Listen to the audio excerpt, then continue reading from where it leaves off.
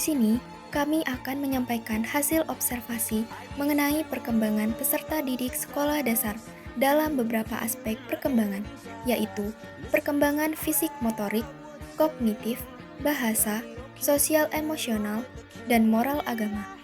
Halo semuanya, perkenalkan kami dari kelompok 4 perkembangan belajar peserta didik.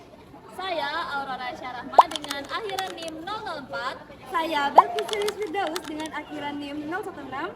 Saya Istiqomah Digital Yana Firi dengan akhiran NIM 027. Saya Nadia Punyawati Putri dengan akhiran NIM 047. Saya Dina Milena Munir dengan akhiran NIM 064. Observasi dilakukan pada peserta didik kelas 2A di SDN Baratan 1 dengan jumlah subjek sebanyak 5 peserta didik yang berusia sekitar 8 tahun. Kegiatan observasi ini bertujuan untuk mengetahui bagaimana kondisi perkembangan peserta didik serta mengidentifikasi beberapa aspek yang masih membutuhkan pendampingan. Pengamatan dilakukan berdasarkan beberapa indikator perkembangan anak usia sekolah dasar, yaitu perkembangan fisik motorik, kognitif, bahasa, sosial emosional, serta moral agama.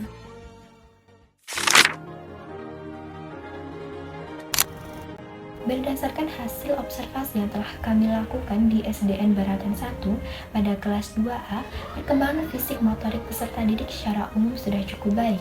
Namun, masih terdapat siswa yang mengalami kesulitan dalam menulis rapi, memegang alat tulis dengan benar, dan koordinasi gerak tubuh yang belum maksimal.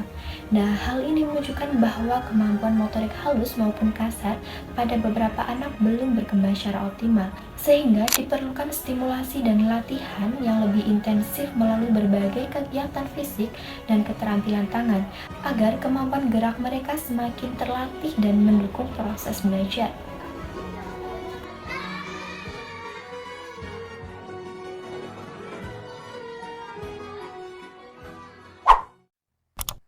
Selanjutnya, dari aspek kognitif. Jika ditinjau dari setiap indikator kognitif yang diukur, diperoleh gambaran perkembangan anak sebagai berikut. Yang pertama, memahami instruksi. Kemampuannya bervariasi, satu anak berkemampuan baik yaitu subjek 4 dan 2 cukup yaitu subjek 1 dan 5, dan 2 kurang atau tidak baik subjek 2 dan 3. Yang kedua, menjawab pertanyaan. Mayoritas berada di level cukup yaitu subjek 1 dan 2, hingga kurang subjek 3 dan 5. Hanya subjek 4 yang berkemampuan baik. Dan yang ketiga, menyelesaikan tugas menjadi tantangan terbesar karena mayoritas anak kurang mandiri yaitu subjek 1, 2, dan 5. Sisanya cukup dan tidak ada yang berkemampuan baik. Yang keempat, mengingat informasi. Didominasi kategori cukup yaitu subjek 1, 2, dan 3. Subjek 4 berkemampuan baik sedangkan subjek 5 masih kurang. Yang kelima, memecahkan masalah, menunjukkan hasil paling positif karena mayoritas anak sudah berkemampuan baik. Subjek 1, 2, 4, dan 5, sementara subjek 1 dan 3 masih kurang. Selanjutnya, pada aspek perkembangan bahasa, berdasarkan hasil observasi pada peserta didik kelas 2A SD Negeri Baratan 1, kemampuan bahasa peserta didik menunjukkan perkembangan yang berbeda-beda. Aspek yang diamati meliputi kemampuan berbicara dengan jelas, menjawab pertanyaan, mengemukakan pendapat, membaca lancar, serta menulis kalimat sederhana. Berdasarkan hasil pengamatan, terdapat beberapa peserta didik yang sudah mampu berkomunikasi dengan baik dan aktif dalam kegiatan pembelajaran. Namun, masih ditemukan beberapa peserta didik yang mengalami hambatan dalam perkembangan bahasa. Dari 5 peserta didik yang diamati, terdapat peserta didik yang masih belum lancar membaca, bahkan ada yang belum mengenal huruf dengan baik. Kondisi tersebut juga berdampak pada kemampuan mereka dalam menjawab pertanyaan dan memahami instruksi dari guru. Pada indikator berbicara jelas, menjawab pertanyaan, serta mengemukakan pendapat, kemampuan peserta didik berada pada kategori cukup baik. Akan tetapi, pada kemampuan membaca lancar dan menulis kalimat sederhana, masih terdapat beberapa peserta didik yang membutuhkan pendampingan lebih lanjut.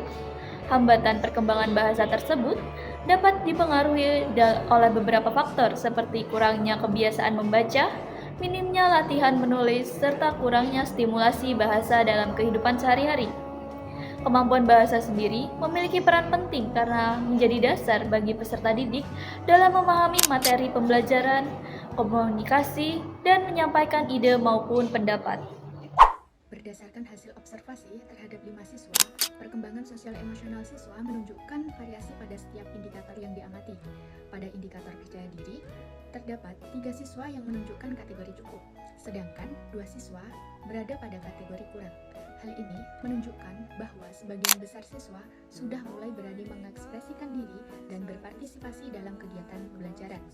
Meskipun masih ada beberapa siswa yang terlihat ragu-ragu atau kurang percaya diri saat berinteraksi maupun menyampaikan pendapat. Selanjutnya, pada indikator mampu bekerja sama, 3 siswa berada pada kategori kurang dan 2 siswa berada pada kategori cukup. Temuan ini menunjukkan bahwa kemampuan bekerja sama siswa masih perlu ditingkatkan. Keberadaan siswa masih cenderung memilih bekerja sendiri atau kurang aktif dalam kegiatan kelompok, sehingga diperlukan pembiasaan melalui aktivitas kolaboratif di kelas. Selanjutnya, terdapat indikator mengendalikan emosi. 3 siswa berada pada kategori cukup, 1 siswa berada pada kategori kurang, dan 1 siswa berada pada kategori sangat baik. Hasil ini menunjukkan bahwa sebagian besar siswa sudah mampu mengendalikan emosionalnya dalam situasi tertentu. Meskipun masih ada siswa yang mudah menunjukkan reaksi emosional ketika menghadapi masalah atau perbedaan pendapat dengan teman. Selanjutnya ada indikator menghargai teman.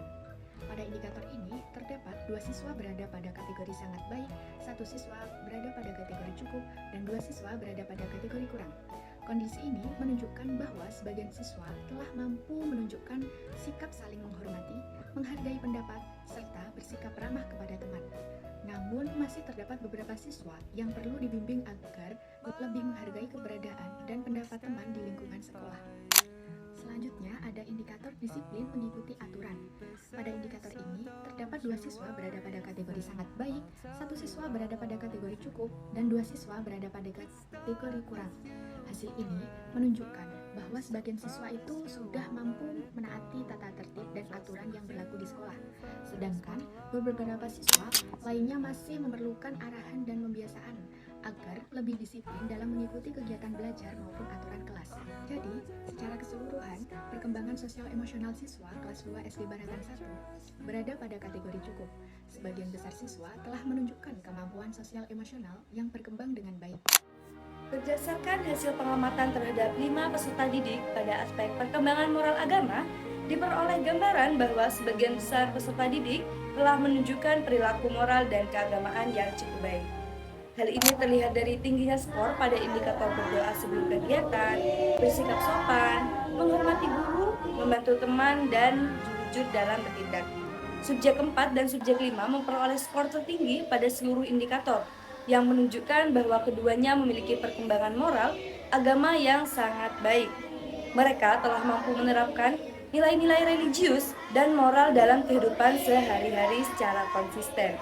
Subjek 1 dan subjek 2 menunjukkan perkembangan moral agama pada kategori cukup hingga baik, namun masih perlu pembinaan terutama dalam aspek menghormati guru, membantu teman, dan juga kejujuran.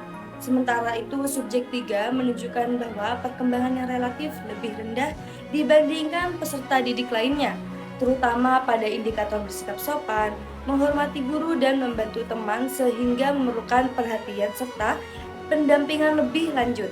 Nah, secara keseluruhan, hasil pengamatan menunjukkan bahwa perkembangan moral agama peserta didik berada pada kategori cukup baik hingga baik. Namun, masih perlu pembiasaan, keteladanan, dan penguatan karakter agar seluruh peserta didik dapat mengembangkan perilaku moral dan keagamaan secara optimal. Melalui kegiatan observasi ini, kami dapat memahami bahwa setiap anak memiliki proses perkembangan yang berbeda. Perbedaan perkembangan tersebut dapat dipengaruhi oleh berbagai faktor, seperti lingkungan keluarga, kebiasaan belajar, pengalaman belajar, serta stimulasi yang diperoleh peserta didik dalam kehidupan sehari-hari. Oleh karena itu, diperlukan dukungan dari berbagai pihak agar peserta didik dapat berkembang secara maksimal.